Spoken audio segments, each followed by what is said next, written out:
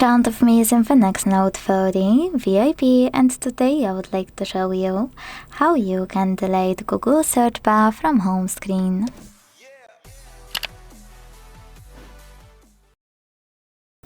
All you need to do is hold your search bar and wait for this pop-up to show. When it does, hit remove and wait. So when I do that, as you can see, my search bar was successfully deleted.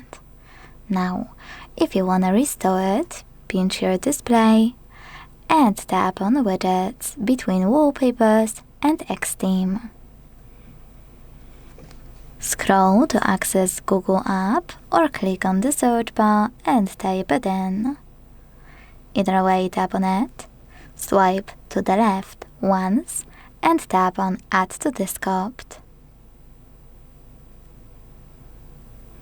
Then adjust all of those options however you want to, and when you're ready, click on this arrow at the top left corner.